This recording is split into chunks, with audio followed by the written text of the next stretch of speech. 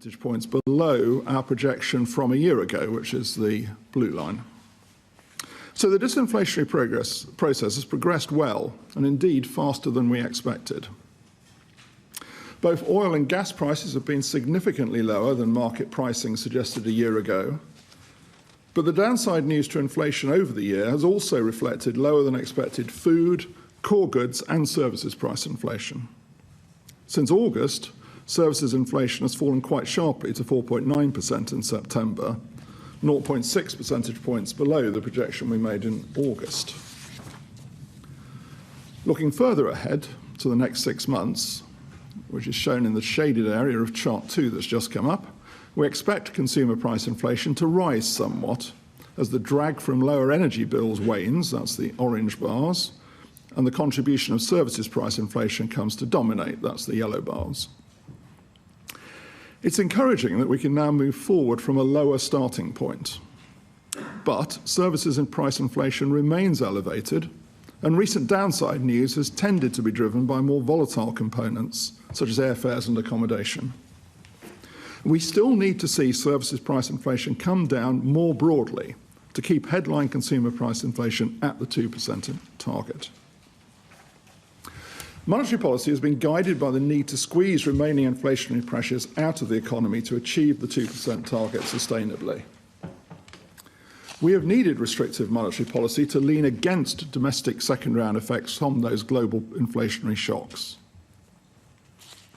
We now face the question of whether the remaining domestic inflationary pressure, for instance manifest in services price inflation and pay growth, will dissipate naturally now that the global shocks initially driving up inflation have unwound, or whether achieving this disinflation will require a period of economic slack in the UK economy. Alternatively, are we experiencing sustained changes in the structure of the economy with longer-lasting effects on inflationary pressures? These have become important cases in the MPC's deliberations. As policymakers, we can think that all three cases are of relevance, albeit to different degrees.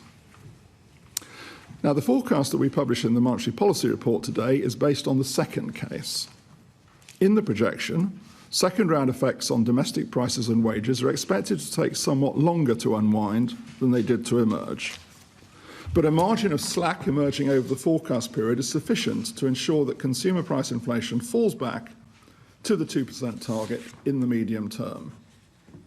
And this is shown in chart 3. The blue line is the projection for consumer price inflation, conditional on the 15-day average of the market-implied path for interest rates to the 29th of October. That's our usual convention. Headline inflation increases to around 2.75% by the second half of next year before falling back to around the 2% target over the medium term. Alongside the forecast, the committee has also considered the two alternative cases for how the persistence of inflationary pressures may evolve. In these cases, inflationary pressures may prove to be either less persistent or more persistent than in the projection. And this is set out in more detail in a box in the report. I'm now going to add some reflections on the key judgments that we've made on the outlook for inflation. Our November projection is conditioned on government policies as announced in the autumn budget.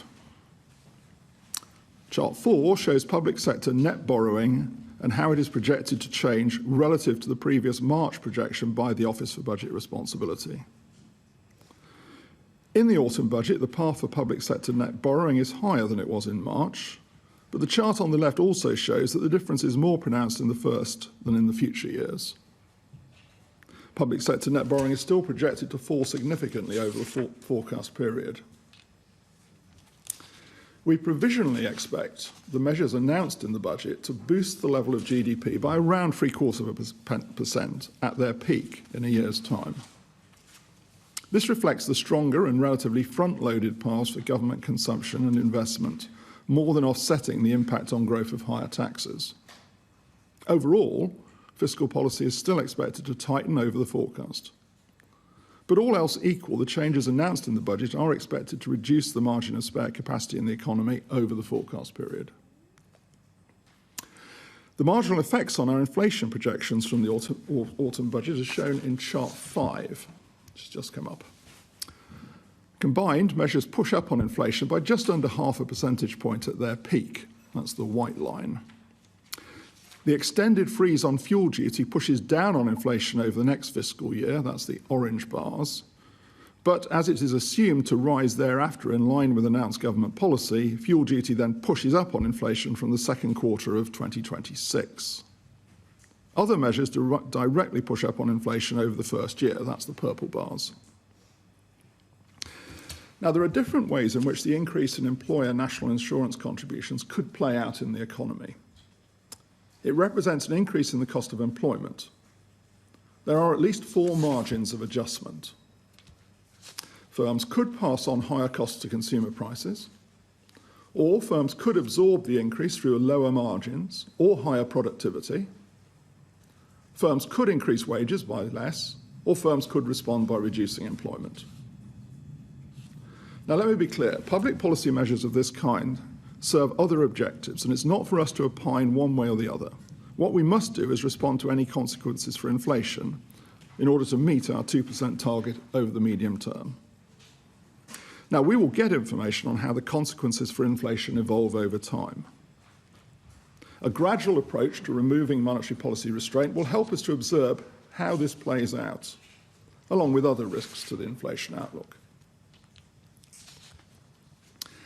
Developments in the UK labour market continue to be very important for assessing developments in inflationary pressures. There are mixed signals from the data. Wage growth remains strong relative to our models, perhaps reflecting some continuing real wage catch-up in a still relatively tight labour market. As chart 6 shows, annual growth in private sector regular pay, that's in blue on the left-hand side, has eased to 4.8% in the 3 months to August, down from a peak of just above 8% in mid-2023, and indeed in line with our expectations in August. A normalisation in inflation expectations, an easing in labour market tightness have supported that moderation in pay growth. Consistent with the slowing in the official measure, a bank staff indicator model of underlying pay growth has also declined in recent quarters, pointing to underlying wage growth of around 4.8%. That's the orange line. Along with some, but not all, outside surveys and measures seen on the right, this points to a gradual but progressive move down in wage growth towards levels consistent with the 2% inflation target. The bank's agents also suggest that wage settlements could continue to come down, perhaps to around 2 to 4% next year, compared with 6 to 6.5% in 2023. And I would add that this is the story that I've heard consistently when I've joined them recently on visits to businesses in different parts of the country. But 2 further observations should give us cause to reflect. First, 1 year ahead expectations for wage growth of firms in the bank's decision-maker panel seem to have stabilised at a higher level of around 4% in recent months. Second, the evidence, such as it is, points to the quantity side of the labour market remaining relatively tight while showing some loosening. Both of these observations could point to lingering persistence in wage pressures beyond what we're assuming in the projection. So let me conclude. There's been continued progress in disinflation, particularly as previous external shocks have abated. So at this meeting, the committee voted to reduce bank rate to 4.75%. Based on the evolving evidence, a gradual approach to removing policy restraint remains appropriate. Monetary policy will need to continue to remain restrictive for sufficiently long until the risks to inflation returning sustainably to the 2% target in the medium term have dissipated further. The committee continues to monitor closely the risks of inflation persistence and will decide the appropriate degree of monetary policy restrictiveness at each meeting. And with that, Claire, Dave and I will be happy to take your questions. Thank you. We'll start